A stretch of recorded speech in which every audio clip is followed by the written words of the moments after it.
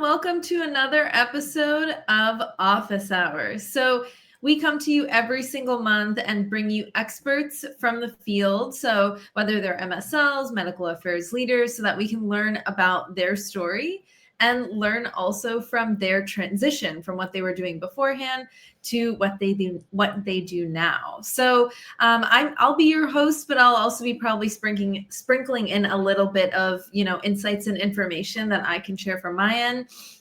So I'm a pharmacist by trade. I did my residency in integrative medicine, and then I did my fellowship in biotech. And ever since, I've been working in consumer health, consumer wellness, CPG, a little bit of tech as well. And yeah, one of my roles is working with the MSL Academy, and I love working with our team to help people transition from what they're doing right now into becoming full-time MSL. So that's a little bit about me. Danielle, can you share a little bit about you?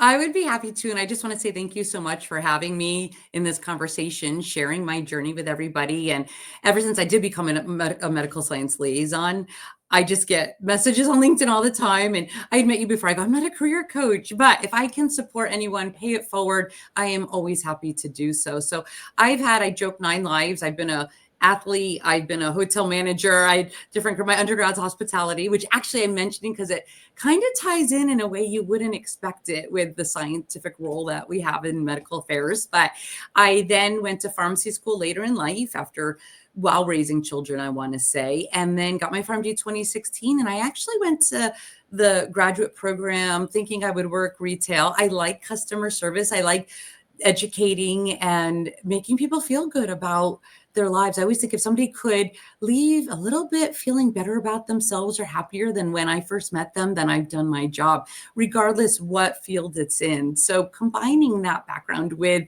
the science that we learned with my doctorate degree, this has landed me in the perfect place. But I graduated wanting to work retail. So I did spend about 6.5 years with Walgreens as an intern, and then a pharmacist, and then a pharmacy manager.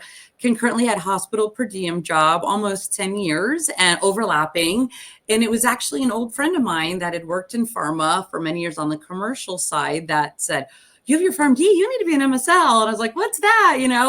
And here I am about 4 years into my MSL career. So happy to share anything you want to know about it. Sure. Thank you. Yes, that's great. So we want to make this as interactive as possible. So those are just mini intros in the beginning. If anyone has any questions that they would like to ask either of us, please do not hesitate to put them in the chat.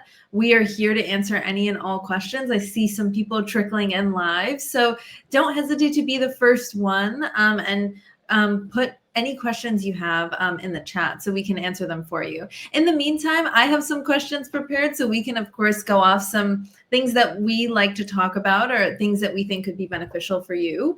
But as we're talking, as we're sharing different things, if there's anything that you want to ask, please put it in the chat, and we'll be monitoring that.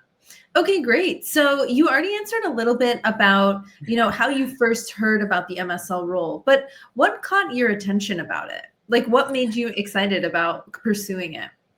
Yeah, let me back up for a moment with that answer, with the question, because I found it really interesting that I graduated almost 10 years ago, right? 2016, so 9.5 years ago. And didn't learn anything about industry. I think in the short time I have been in the pharmaceutical industry, a lot has changed. A lot of pharmacy schools now have student chapters to do with the pharmaceutical industry. They have pathways to do pharmaceutical fellowships. I did not. I knew nothing. My pharmacy school really directed us to doing residencies. I was a single mom of 3. I knew realistically that was not going to happen for me.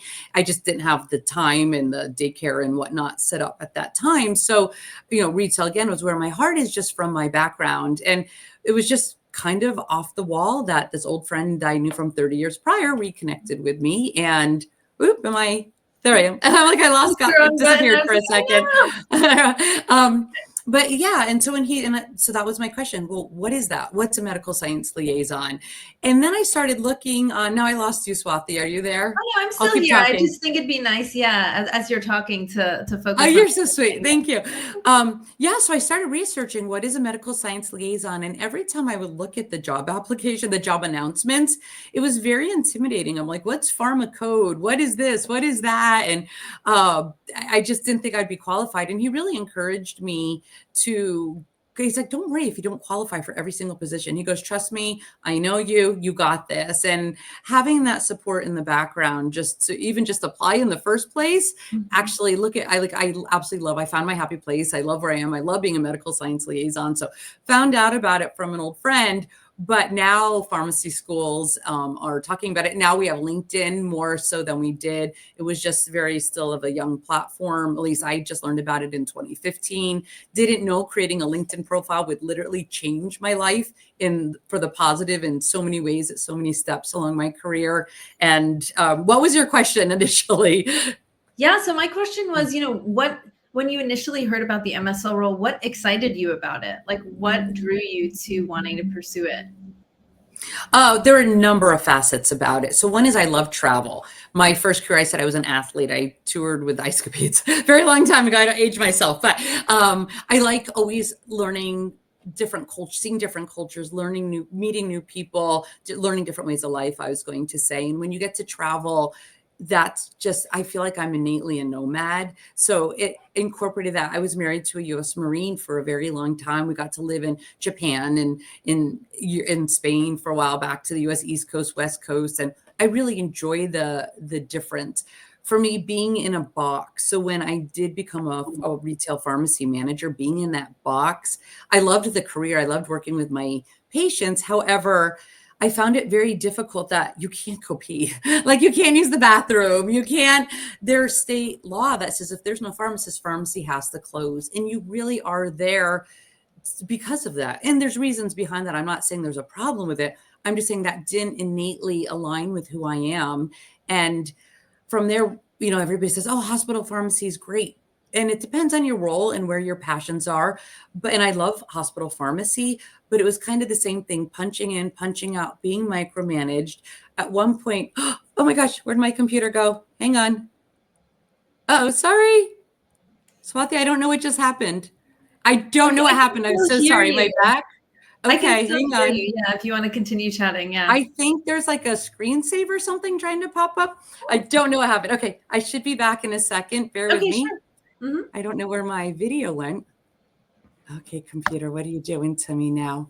Let me close out these other windows maybe. I might have to leave and come back. I don't know why my camera's disappeared. Well, I'll keep talking in the meantime. Sure. Otherwise, I might try my other laptop. I can't fathom why my video's not working right now. Let's see there. Nope, that closed it. How strange. How come when I'm on with you on LinkedIn, like I have tech issues? I have to say that's one of the things about being a medical science liaison, though. You have to be adaptable to the technology, right? Yeah, I am just absolutely. absolutely baffled. Should I hop out and hop back in, do you think? Sure. Yeah, you can do that. Okay. Keep chatting to our audience. I will be right back. Okay. Yeah, no problem. All right. So as we're waiting for our guest Danielle to come back, I see some people here live across platforms. We are streaming on LinkedIn, we're streaming on Facebook. If you have any questions, would love to hear from you, would love to answer them. We're going to be talking about all things about, Danielle's journey, as well as, what else we can learn about transitioning from, in her case, being a pharmacist or being a healthcare professional, and how you can then use your transferable skills in being an MSL. One of the things that I think that I hear very often is, I know that I hear very often, is that a lot of people are under the impression of like, oh, wow, like if I was a community pharmacist for so many years, like how can I stand out amongst a really competitive pool of people who are applying for this job? And I think that that's a fair question. However, it's all about the story that you tell. And I think we'll get to that a little bit later of you don't need to have industry experience. And actually, Danielle even touched on that a little bit already, of just because you don't have all the bullet points in the job description doesn't mean that you don't, qualify and that you shouldn't apply. Okay, yeah, you're back. I'm back. I closed out all the other platforms and windows on this laptop. I don't know if that made a difference. At least for now, it seems like it did. Yeah. Mm-hmm. Okay, excellent. Yes, amazing. So one of the things that I started talking about was, when people, then one of the questions that I would say I get the most often is, this job description says I need 1 to 3 years of MSL experience to apply, which, I mean, likely a lot of the job descriptions right now are still saying that. So that's been going on for a while. But there are so many people like you, Danielle, who have applied and have figured out how to tell their story and demonstrate their transferable skills from other roles to be able to get this MSL role, even though they didn't fit every single bullet point. So can you talk a little bit about like your strategy as you were going to apply and, your perspective on this? Absolutely. I just want to check. Can you hear me okay? Yeah, Because we I can feel hear like you. you're coming in and out. Okay. Yes. And it's actually perfect. Thanks. I'm glad you asked that question because it can be intimidating if you've never worked with anyone or for anyone in the pharmaceutical industry. You're going, that's a different industry. I was trained in retail, I was trained in a hospital. How do I then make that transition? And I have to tell you, I get this question through a LinkedIn message at least once a week, if not more. And I want to say it's becoming more and more competitive, or I might just be naive and say it always was. But I know, don't let the numbers intimidate you. LinkedIn can put those numbers out, 2, 3, 400 people applied for this position. That doesn't mean everyone's qualified, and what makes you stand out. So I am an anomaly in the fact I actually got my first role by not having an internal referral, not necessarily through networking. I didn't know anyone with the company. But what got me that first interview was that the product that the MSL was supporting, I actually used in the hospital. So that is procalcitonin. It's a blood test. It's a biomarker for infectious disease, FDA approved for sepsis and lower respiratory tract infections. And because I actually use that in the hospital, I could then talk to the product and, luckily like a resume was set up correctly so that I could then get through the applicant training system and get that first interview. And I think getting the first interview, honestly, is the most difficult thing because it's completely out of your hands. There's always going to be some power or something happening out of your control. You can only do the best that you can do. But having that experience with the product, knowing the disease state. Now, you don't have to be an expert in the whole therapeutic area, and I'm proof of that where I am right now. My first role with procalcitonin is infectious disease. I did not do an infectious disease residency. I think now my headset's gone. I don't. Can you? As long as you can hear. Swathi, I don't usually have this many tech problems. So No problem. as long as you can hear me, okay, right? For now, no problem. Okay. Yeah. Okay. I will keep talking. If anything changes, I'm going to have you let me know. Thank you. So it was really exciting. Actually, my first time where I made it through to the fourth interview, did the presentation. I think I was down to the top 2 and didn't get the position. And it was quite a process. And the friend who told me about becoming an MSL and encouraged me to do so, he said applying for a job is a job. He'd been in industry for 25 years, again, on the commercial side, not in medical affairs, but he always has his resume current. He's always looking.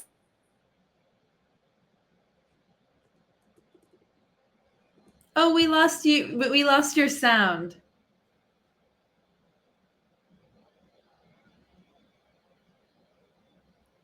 Oh, you're muted now. Yeah, if you want to unmute, then I think it will work.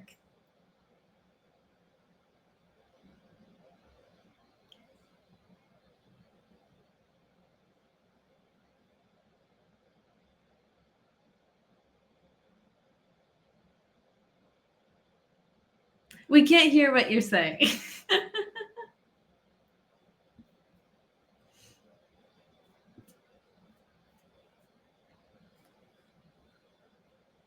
Okay. All right. So she will be right back. She's just fixing some of her tech capabilities on her end. So I still see tons of people in here across platforms. If anyone has any questions, please do not hesitate to put them into the chat.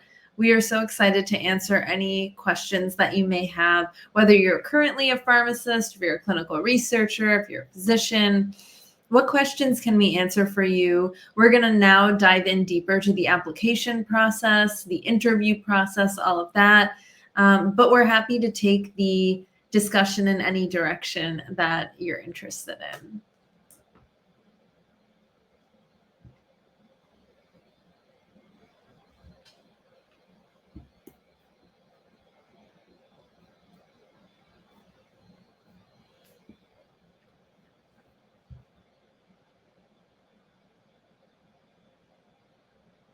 All right, just waiting on Danielle to come back.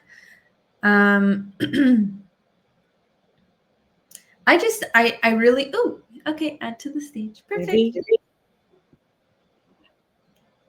Okay, if this camera doesn't work, I don't know what's happening because I'm on a whole different laptop.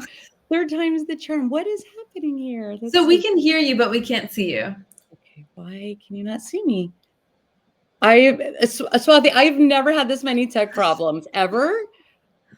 Why? I can't figure out why not. Let me try something else. Okay, got it. Okay, perfect. Okay. Yeah.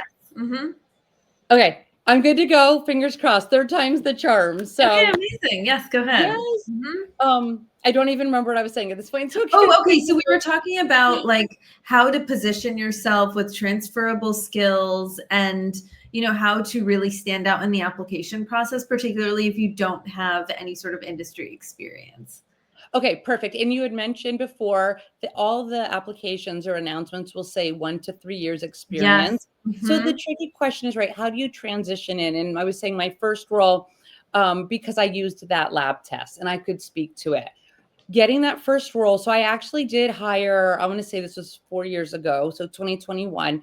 I think over the year was like 3 different resume writers, and not one understood like who I was, but I don't think understood how to get through the applicant tracking system per se, right? Another one made me sound like a robot that could probably match any PharmD wanting to transition into being an MSL, but didn't talk to who I was, my soul, my spirit, right? And then I kind of like hired a third, and then each time there was an application or position I wanted to apply for, then I would tailor that to the position.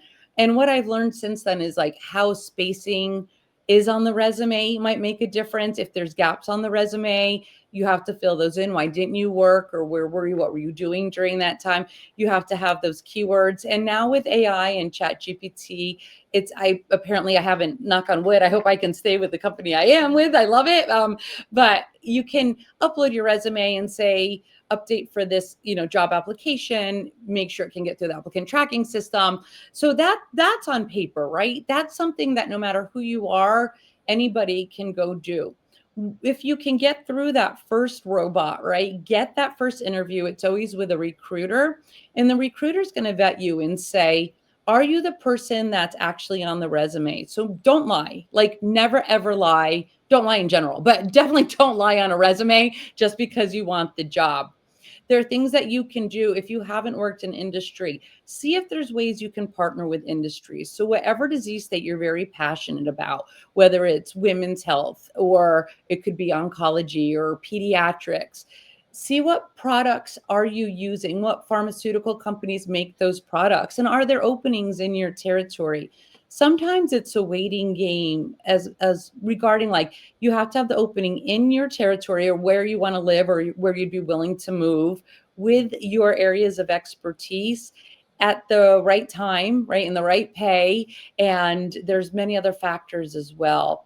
And you'll see things kind of come and go. I don't know from the manufacturer side or the pharmaceutical company side. A lot of times I think I've never worked in big pharma. I worked in diagnostics. I work in small pharma now, but I think a lot of the big pharma companies just keep like, if you looked on LinkedIn or in Indeed, you just see these applications for these roles all the time. And you don't know, did somebody leave or do they just have this constant hiring process? So always just keep track of where you applied, who you applied to. And then sometimes like really odd things would happen. Sometimes a year later, I would get we're sorry, you didn't make it to the next round for this position. I was like, I don't even remember applying. And so just be very organized with your Excel sheet. Sometimes there'll be positions that it just seemed like an absolutely perfect fit. I would apply and then just instantly get that, sorry, we're not moving on with your application. And there was something in those keywords that didn't match. Or sometimes they'll post things anticipating an opening, but then not really having an opening. And I want to preface that's not with the companies I've worked for, but I've seen and heard that happen as well. Or sometimes they'll grow teams and then realize the product doesn't get FDA approval, we don't need you, or things can happen, or layoffs could happen. And so what they anticipated, well, the economy changed. Think about when COVID hit, how that changed everybody's world. And disease state therapies change all the time. The trickiest part, I think, is as a pharmacist. And I don't know who we have like joining us today. It could be MD, PharmD, PhD. Yeah, we have a great combination, actually, of people who are here. Yeah. Okay, great. I don't know why it's not showing me like who's here, maybe something just on your side or my yeah, it's settings. just on the admin side. Yeah, I can see that. Perfect. Yeah. As a PharmD, and so it may or may not be the same with the other degrees, but as a PharmD, like if you're retail, your hospital, unless you've done a residency and have that specialty, the rest of us are jack of all trades. So I think one of the tricky things that you have to learn to overcome to answer your question is how do you go from being a jack of all trades, knowing a little bit of everything, to being an expert in a disease state?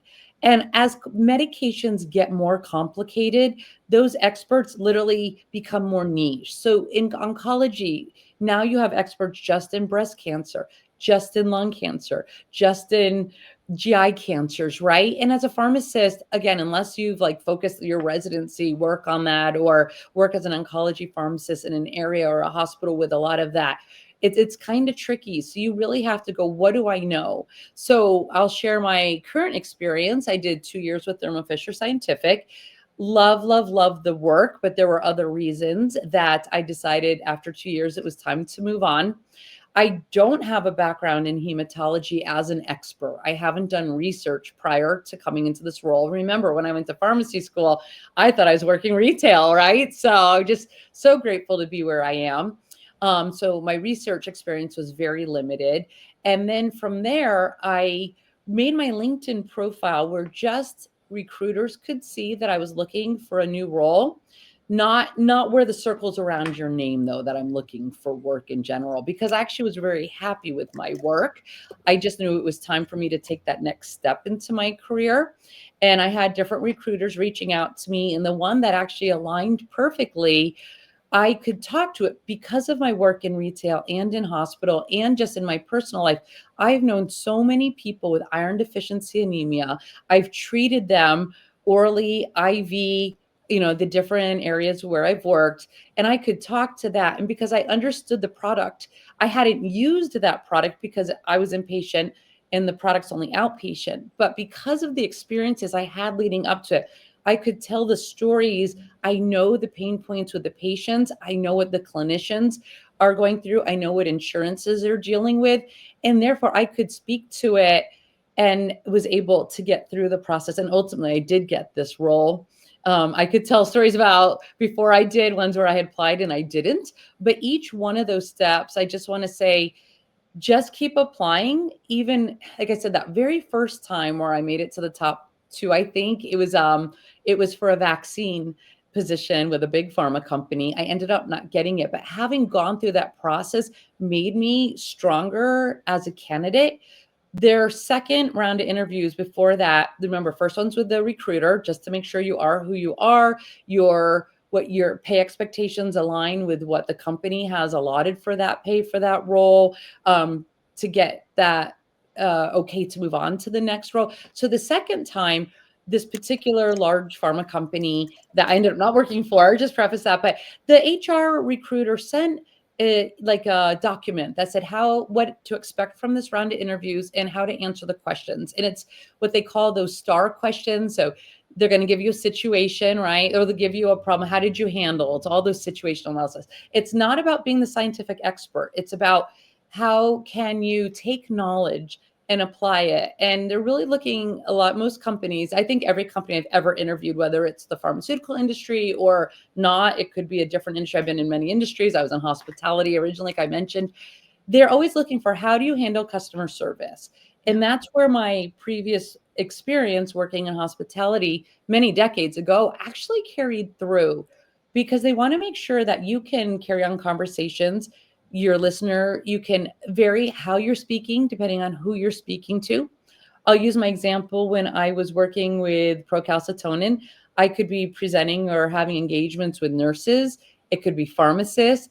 It could be medical doctors. And among the different medical doctors, it could be emergency medicine doctors. It could be hospitalists. It could be pulmonologists. And they each have their own way of communicating. And part of the roles in MSL is you go to many conferences, because that's the most effective way to learn all the new science that's coming out. And it's our job to stay on top of that. Our own products, our competitor products, what's in the pipeline, what holes are out there that clinicians could really use our help with. But it's also the best way to meet people face to face. And I think we're in the day and age where emails just get quarantined if they're from out of your system. Or if you do, you wake up just hundreds every morning, and most of them are going to go delete, unless it's something urgent. And then if it's not urgent, it gets pushed down and probably never gets back to. So not saying not to email, but if you can meet, somebody's presenting or attending a conference, it's the most effective way to, so my point with the conferences was that each one had their own vibe. My daughter would say vibe, like their own feel. And when I would go to present, the first time I went to present, it was actually virtually to emergency medicine doctors. The director of the ER said to me, ER doctors have the attention of a goldfish. You get your point across immediately. But I know when I talk to pharmacists, they like the mechanism. They want to dive deep. They want to know the studies that brought it. They want to know the pathways, what happens to the body, what drug interactions, or, pharmacokinetics, pharmacodynamics. So you have to be able to have that emotional intelligence so that you can adapt your presentations or your communication style based on who. And that's one of the things they're gauging for in the interview process. So the sheet that was sent to me from this pharma company, it talked about those STAR questions. And so I was really grateful to have received that. And it helped me later on through the other interviews and the jobs that I had till I ended up where I landed here. So it's not just like, how did you do this? Oh, I did this by. You want to say, we kind of repeat the situation or tell the situation. What did you do about it?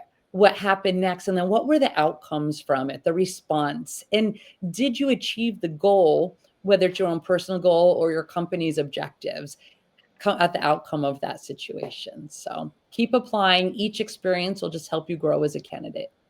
Definitely. I'm so glad you talked about the application process, because a lot of people ask about, how do I get from, actually initially applying? And so you kind of ran through a lot of the steps. So first it's the ATS, or the kind of AI algorithm that goes through the robot, or however we want to call it.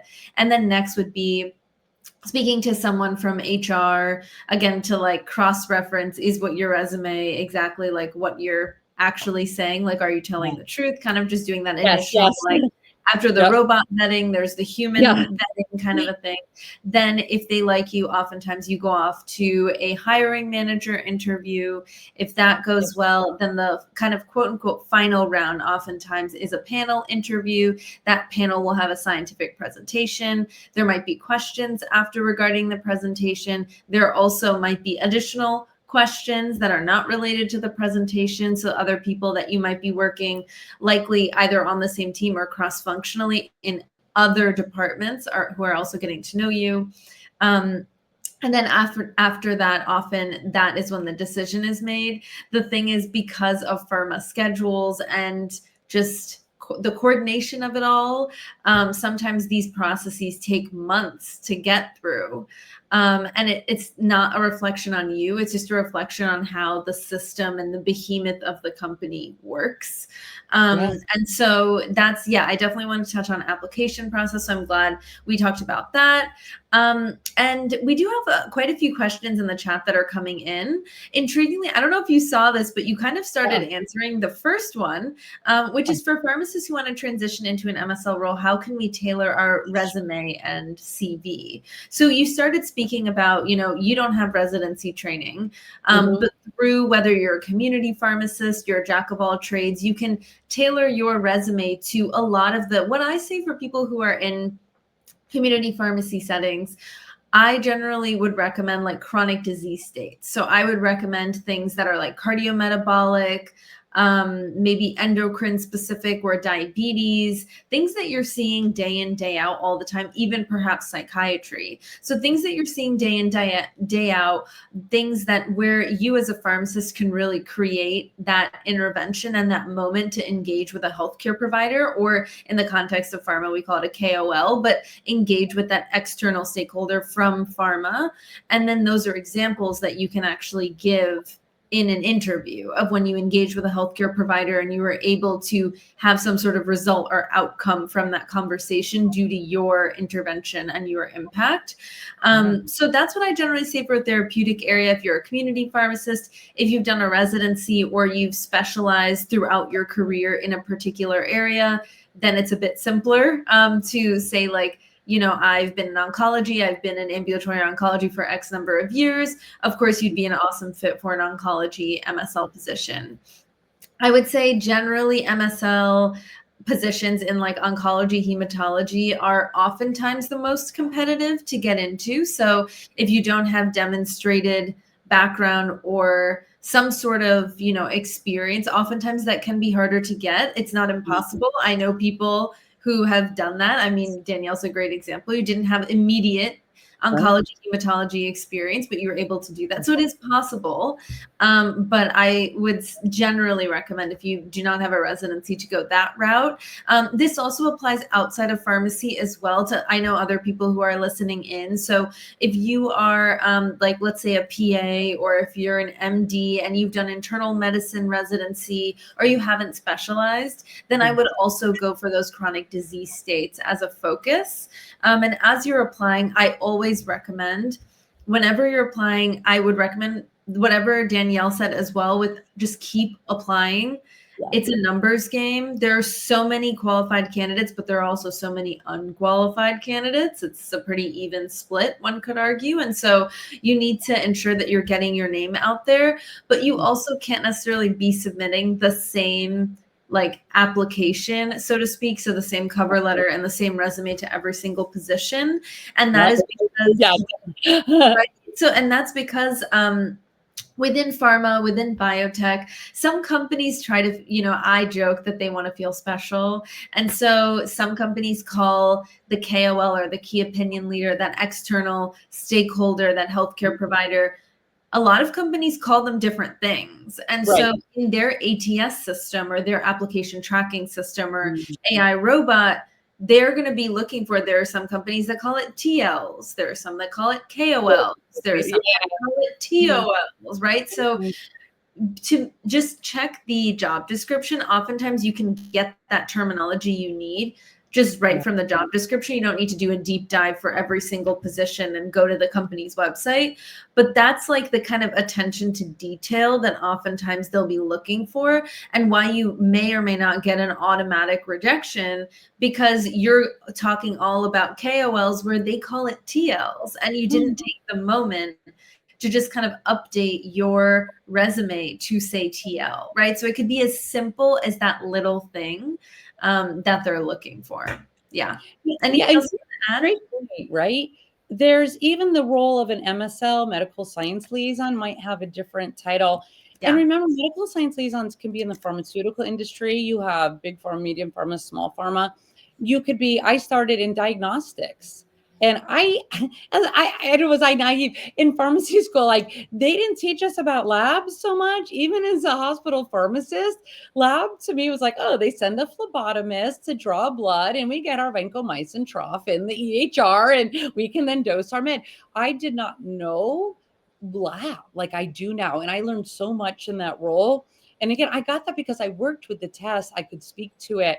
There's more than just that alone, but that's what makes, you know, getting you through that initial system. Lab is very powerful. There's also device, and I've met medical science liaisons in device. So these are like the products, the parts, maybe something to do with your heart valves, maybe like hip replacements. They need MSLs as well.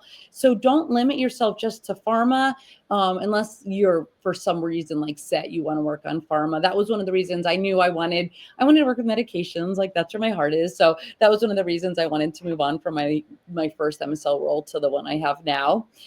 Grateful every day to be where I am. I do get to work with the best of the best. So when you talked about what wording are you using in your application, in your resume, that's the attention to detail that is going to make a difference when you are out in the field and actually working.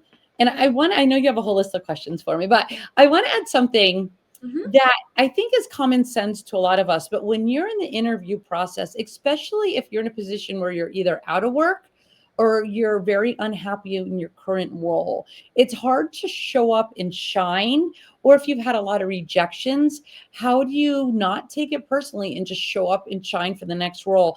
And Swathi, you mentioned how it could take many, many months to go through a process. When I went through that first process, and with that big pharma company, it was for a vaccine position, top 2, didn't get the offer. It crushed. And not even like, I was lucky I had other work, but I was like, that was exhausting. I don't know if I really want to do this, and I actually waited a few months till I started applying again and then got my first MSL role. But I know so many people who share that exact sentiment that you do, who are MSLs now, who maybe had a big push to apply. They might have interviewed 1 or 2 times. And then they went through a sort of similar rejection where it was like they were down to the top 2 or top 3, top 4, and they knew that they were in like kind of the top pickings, and then they didn't get it. And after the months and months of going through this process, because for each round, you want to prepare, especially for the scientific presentation, there's so much to do in preparation to that. And so they were like, you know what, I want to take a break. And oftentimes I've heard after you like kind of make a valiant effort and you take a break and you come back kind of refreshed and rejuvenated for the process, that's when the magic happens. Not necessarily for everyone, but I'm just saying I've heard that so many times. That's interesting. Yeah, I actually haven't shared that story with many people. I was lucky I had other work, and my livelihood didn't depend on that, because that puts even more pressure on you. And what I wanted to share was that when you go to do those interviews, especially the presentation, what they're looking for is, if we sent you out in the field tomorrow, are you going to be able to, how are you presenting? How is your communication? And that role I did end up getting, my assignment was actually, here's a study, tell us the flaws of it and what would have been a better study design. And I was like, oh, what I found out, and I really worked hard. I obviously did well. I ended up getting the role. But what I found out afterwards was this was their real life problem. And I love sharing this story because it changed it. Look at your face, right? You go, oh, this is no longer a school assignment. This is no longer presenting to, you're an intern on your IPI or API and presenting on a new drug to the other pharmacist. You're presenting to the pharmaceutical company that knows the molecule, owns the molecule, makes the product, right? Very intimidating to someone who's never worked in the industry. And even for those who have, right? They don't expect you to know everything about that molecule, that product.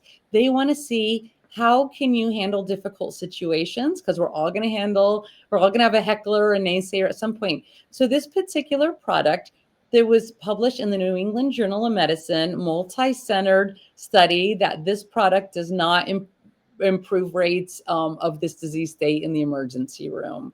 And this was what they were dealing with out in the field. Their company going, how do we overcome that? So I didn't know that when that was our assignment, those of us interviewing for this position, and just worked really hard, put a nice presentation together. I was actually surprised I got the offer, because it was one of those 1 to 3 years experience, even though I didn't have MSL experience. Again, I knew the product really well. I obviously presented well. And I didn't even answer all the questions correctly, that at least to do with the disease state. But I knew where to go to find the right information. And that's what's important. And I don't want to say I answered them incorrectly, but I was very honest with, I think it's this, let me check and get back to you. Even though it's an interview, I'm not really getting back to them. But that's the correct response, instead of making up something or anything. Yeah, exactly. So it's better to say you don't know, but you're willing to get back to them in, 2 business days or something. Yeah. Yeah. Another thing I'll add about the interview process is know what's in the company's pipeline and know what their mission and their vision is and their values are. And you can find all that on that company's website and really relate to those. And I mean, I want to say only apply to companies. If you don't relate to that, don't even apply. Like, don't waste anybody's time, your own time, just to get in or get that role, because you're going to be unhappy. And you can tell from the beginning. And I go back to my retail experience. If you just look online, any retail pharmacist, I've never had any say, oh my gosh, I absolutely love my job. I mean, maybe like when they first get hired, but how long till they burn out or they're just not valued? So you want to make sure you're with the company. There's different personality types. Some want it, even when you choose what grad school you go to, do you want a more competitive one or do you want a more collaborative one? And it's the same thing in the professional world. So I'm a collaborative person. And I knew I wanted to be with a team where we support each other. There's always going to be friendly competition, but you can get that feel through those first few interviews and till you get to that presentation. So yes, that's such a good point. Yeah, because I mean, as much as they're interviewing you, you are also interviewing them to see if you actually want to be a part of their team. Because think about like the hiring manager. I mean, you're going to be spending quite a bit of time in person at conferences, then virtually catching up. So you're going to have to spend a lot of time with those people. So it is really important to evaluate that. Absolutely. And oftentimes it's the hiring manager who's your boss. It could be your manager, your director. Yeah. And just like you said, titles are different among different companies. So are, like you said, not just our titles within the company. You had mentioned who you work with, whether they're called stakeholders or key opinion leaders or thought leaders, and those KOLs or TLs might have different definitions within different companies. Same with who you're interviewing. So that hiring manager might be your MSL director. That's going to be your boss. And you want to make sure that that's going to be a nice fit and feel, and it's somebody you can trust. I think trust is very important in a role, and it would make us all, especially being in a field-based role like a medical science liaison. When I had my very first role, I was so used to being micromanaged, like to the minute. How many prescriptions did you fill? Did you punch in and out within your 3-minute window? Like everything, right? How long, when I was with Walgreens, my phone hold time, right? And it was a very interesting transition. All of a sudden they send me my information. They're like, okay, here's your training, go study. And I was like, I think because my boss was in Germany, I'm like, I'd email him, just so you know what I've been up to. Like, it was the oddest feeling to be trusted after being micromanaged. And it's really important to make sure you trust what your leadership is doing as well and keep that communication, that you're comfortable communicating with them.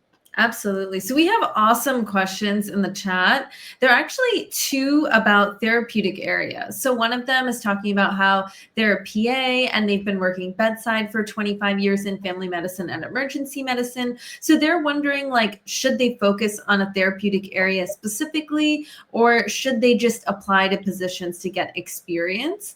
And then the other question is asking, there are not a lot of job opportunities or openings in the particular therapeutic area that they're interested in. So is it okay to apply to others? So the overarching theme of both of them is like, how do we narrow down therapeutic areas in a way that makes sense for us?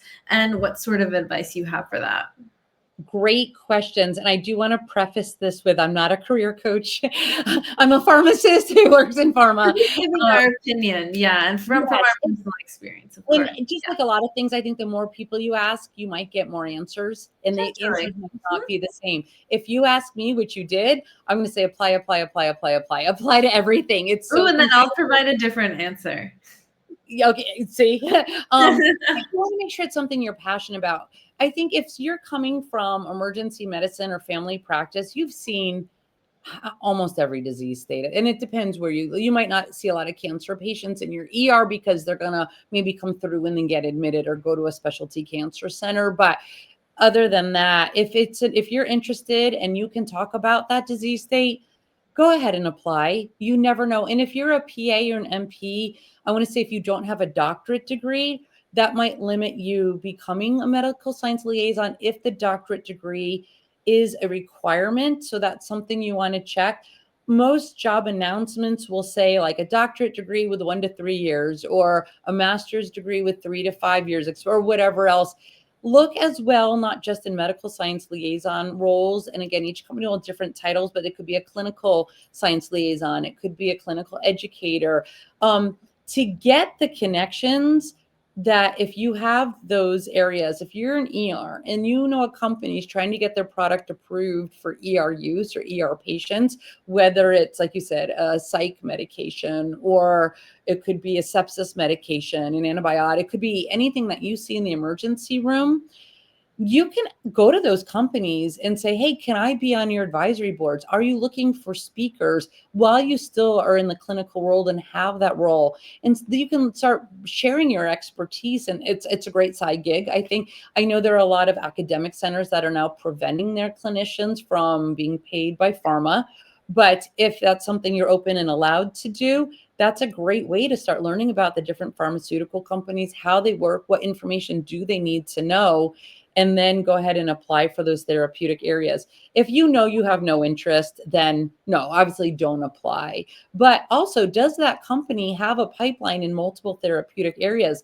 Maybe you could get in one and then switch to a different division once there's an opening in something you're more passionate or have more experience in. So Swathi, you were going to give a different answer. Tell me how you would answer that.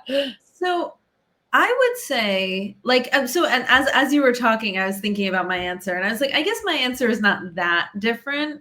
Okay. I would say apply, but apply with like a strategy. Definitely. So Definitely. I would say, yeah, like I would say maybe narrow down to like 2 or 3 therapeutic areas to start, and have those different versions of your resume. And so let's say for your, like for this example, like for your family medicine or emergency medicine position, underneath that, if you are applying to, let's say, like diabetes specific positions, I would say like a few of the bullets underneath might be something a bit more generic about your overall experience, but then 1 to 2 bullets will be specifically about what you did and the impact you made in diabetes. And have it directly relate to your therapeutic area or the therapeutic area of the position. Whereas like you could use that same template of a resume for other positions. However, those bullets that you dedicated to diabetes in one version of your resume would then be, you know, shifted to like cholesterol specific or something else that you're interested in that you want to explore in these sorts of positions. So I think definitely apply, but I think applying to like 8 different therapeutic areas at once would be exhausting to like every single time for like, okay, this company calls it TL, this company calls it that, and then you have to update it for that. Then you update it for the therapeutic area after that. I think like, I mean, you could definitely do that. I just think it'd be a lot more time efficient to pick a few to start, as Danielle said, like ones that you're very interested in, but ones that you can also provide concrete like information around. That combination is great. And then, yeah, I love the bit of advice on look and see what else that company is doing, because you could end up transitioning to a different therapeutic area later within the same company, because a lot of companies love to keep the same people if they can, you know, if they can. So that could be a great opportunity for internal mobility. It could also be, you know, I know a lot of people who start off with one therapeutic area and they do it for a while. And then afterwards they're like, either I want to try something else, or maybe I'm not a huge fan of this anymore. And then they use those transferable skills they got from being an MSL in a different therapeutic area, and they apply to another one. And that might be an opportunity to shift companies. As you're shifting companies, oftentimes you can get like quite a significant pay raise. So there is like opportunities in that way too. Another question that I get often is like, what about like from the MSL, is there opportunity for like upward mobility, or am I just going to be like an MSL forever? It depends. I know people who love being an MSL so much that they're like, I want to be an MSL or like even a senior MSL, for example, and do like more or less what I'm doing now, maybe to a larger capacity. Maybe I do have, you know, like more responsibility, but they're very interested in that sort of role and maintaining that sort of like lifestyle that comes along with the role.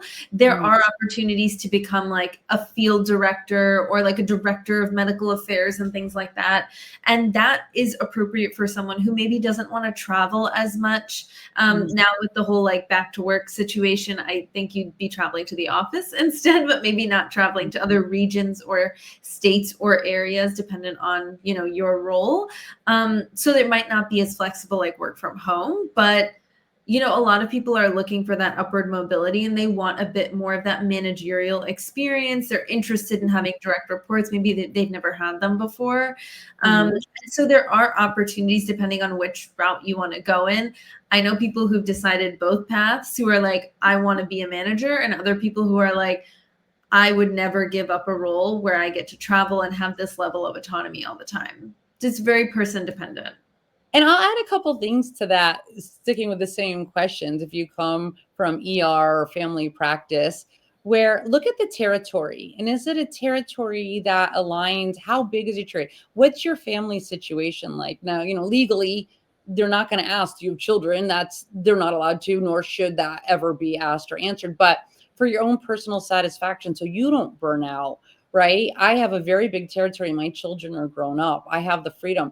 Going back to that first time when my friend told me about becoming an MSL, I actually waited to start applying till my youngest had her driver's license because I knew I wouldn't be there in the afternoons all the time. I can't guarantee I would be to take her to practice or whatever she had, performance after school or normally weekends. Like most companies try to have you home on weekends, but for some reason, all my conferences in my territory on weekends, the reason being the clinicians are working Monday to Friday. They're in clinic, they're teaching there. So they always have conferences on the weekend. So for me, if I still had young children at home, that would not be the best fit because I have such a large territory. Some territories are much smaller and you can be home. One of the beauty of having the flexibility is when I am home, I can ballpark my day. I laugh myself. Some of my coworkers, I'll work really, really, really late at night because that's when I get quiet time. My phone's not going, the emails aren't coming in. I know my mom's not going to reach out to me, right? I can get so much done, hyper focus in the evenings after like the world has calmed and quieted down. And I'll set my emails to go the next morning. Now I've learned that people will comment. Other people will have a signature saying, I work unusual hours. Doesn't mean you have, like, don't reply till, you know, you're back at work. But whatever your corporate culture is. The other thing I wanted to say is what's really important in who gets the role. How do you present? What's your expertise? Are you passionate about that product or that therapeutic area? But who do you know? What we say is your network. So when people say networking to be an MSL, it's not necessarily networking with people who already work for the pharmaceutical company. It's networking with the experts in that therapeutic area.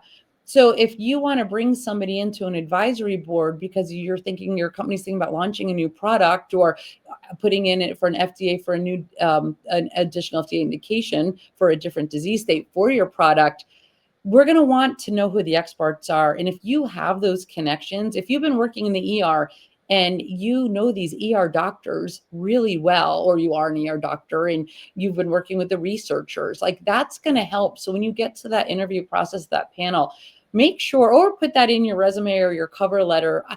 Swathi, I want to ask you about, we can go back to your questions. I know we're coming up on the hour pretty soon, but cover letters, I feel like there's this 50-50. 50% of people say, don't waste your time. And the other 50% will say, go ahead and do it. I chose the path. I really want this job. I'm going to put the extra effort in. I don't think it will ever make or break somebody getting a job. But for me, if you want that job, that gives you the opportunity to say things. Who have you collaborated with in research, in clinic, other products? It gives you that opportunity to showcase that work in the network that you have in the field that would support the medical objectives of the pharmaceutical company. Yeah, I completely agree. It's not going to hurt you unless you say something really silly. But I feel like chances are, maybe I shouldn't say that, but I'm going to just say chances are it's not going to hurt you, right? And so if you're willing to write one, I think it's worth writing one. Will it be read? That's another question. I don't know if it will necessarily be read at every company.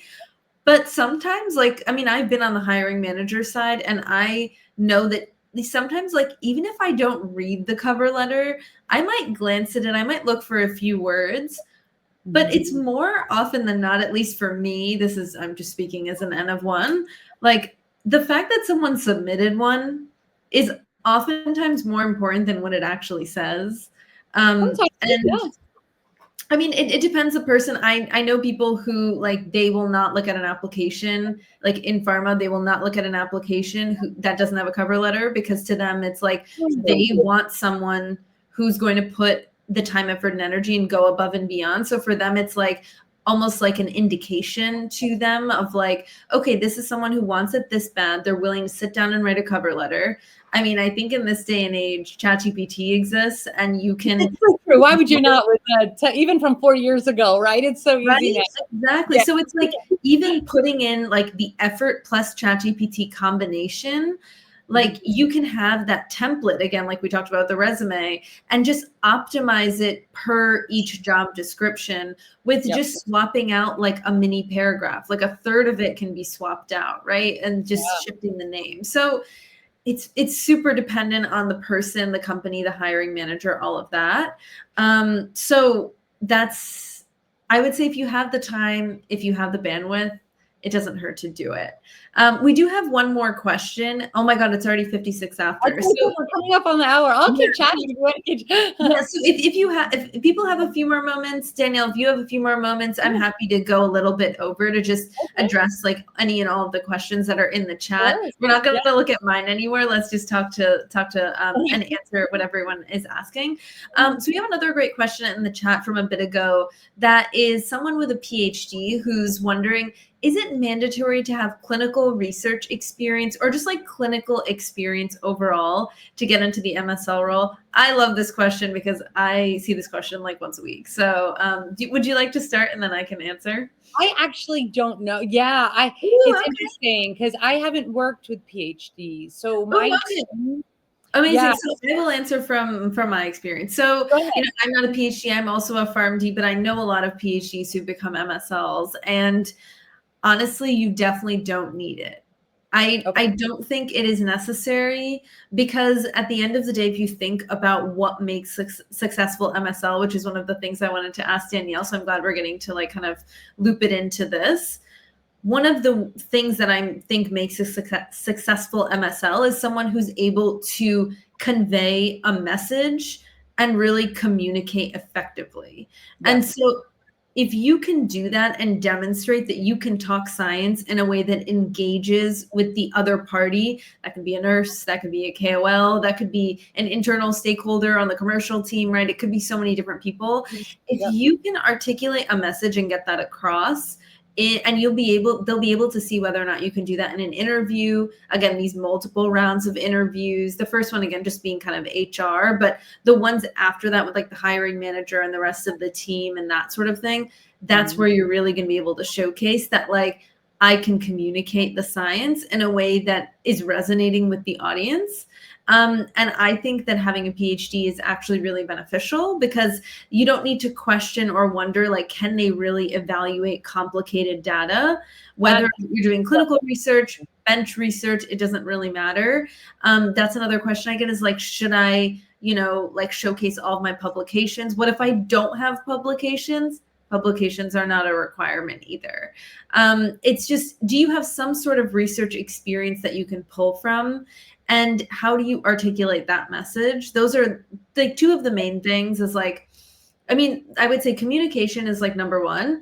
And then the second one is to be able to like be, how do you say, like autonomous and like a self-starter almost. Like I think of being an MSL almost as like you're like your own kind of company within the larger organization because you have to deal with like everything on your list, kind of like as an autonomous person that of course has a boss and all the things, but you kind of manage your own schedule, you set your own, like you set everything that you are going to accomplish, and all of your KPIs and all of those things. So you are kind of in charge of your own destiny in that way. So being autonomous and like being a self-starter is super important. And then the last thing I will say about that, like to make, you know, a successful MSL is like, so you're able to articulate the message, you're able to, you know, create your own schedule and stick to it and stick to your KPIs. The last thing is to be able to actually create relationships that last. Yep. And these relationships need to both have like the IQ and the EQ part, right? So it's not just like, oh, absolutely, I can talk science. Like, can you actually like connect with someone? And can you actually like, whenever I, you know, recommend that people go out for the first time and are connecting with KOLs, you keep a notepad or you keep like your notes app or something where you're keeping all your notes. And half the notes per interaction is actually about like their daughter's recent dance recital. Oh yeah. So the that's how I remember who's who. You meet so many people. If you can remember that one fun fact that is different from everybody else, absolutely. I have all those notes. Yes, absolutely. So as long as you feel like you can hit all of those buckets, whether or not you have clinical research experience or even like clinical experience in a clinic, in a pharmacy, in elsewhere, that's not as important as you think it is. Yeah. I'll add to that. And I agree with what you said. I'll add two things to that. One is how one of the points of doing the not doing the presentation itself, not giving the presentation, but being given the clinical studies and the topic that you have a very short time to create that for that last round in interviews. They're checking how quickly can you learn new science, then be able to present and then present it, right? And if you have that PhD background, you're going to, ideally, you got the PhD, you should be able to do that easily. A good leader, a good team, a good manager or hiring person will have a diverse team. And this is where I've been very fortunate in the 2 MSO roles that I've had, where we're not all PharmDs, we're not all MDs, we're not all PhDs. I literally have a team of MDs, PharmDs. Like I said, I haven't had PhDs, which is, I think, just random. That was not intentional. I think that is random because a lot of teams have PhDs on them. Yeah. But DMPs, I work with DMPs now. So, and I think I have MPs as well. I haven't worked with a PA on my MSL team, but I have in other. I have, roles. Yeah. So again, it's the piece of the puzzle. What's going to make you stand out? What I see, I want to say, like with the many applicants, they'll get narrowed from 500 to 200 to 5 to 2, right? If everyone has an advanced degree, they have some type of experience, whether it's the research or clinically, and they present well, they look professional. What then makes you stand out? And it's going to be that presentation that you do, the panel interview, and the other, like you said, the connections that you bring into the company. So yeah.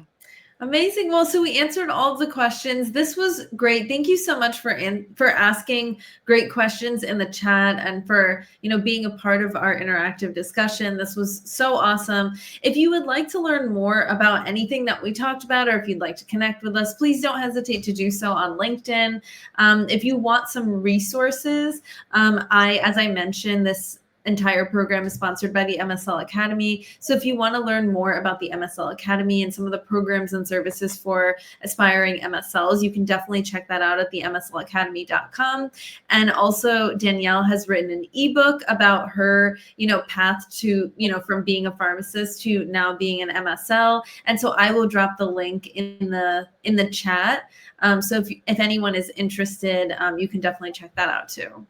And Swathi, you encouraged me to do that. When I first met you, I'm like, somebody's asking me almost daily, can you mentor me? Can you help me? And I literally just don't have time. I wish I could. Like I said, I'm not a career coach. I don't work in HR, but I can share my journey. So that's what I did in that ebook. And it is in the header in my bio on LinkedIn if anyone doesn't see the link. But if you do purchase, I'd love to get some feedback. I wrote it in 2023. So now with ChatGPT, there's a lot of, I think, additions. I should update it with more resources now. So my journey with tips and tricks on how to become a medical science liaison. Thank you, Swathi, so much, and for what you're doing to encourage other people who want to break into the industry. Yes, of course. Well, this was so great. All of you who came, we really, really appreciate it. Or if you're watching the recording, thank you so much for watching the recording. And of course, do not be a stranger. We are happy to answer any questions that we can and provide all the resources that we can to help you too. Alrighty, well, until next time. Oh, and by the way, I do this monthly. We bring on a speaker. We have an awesome chat, and you're welcome to ask, and we will answer any questions that you might have. So yeah, until next month then. Alrighty, talk soon. Bye.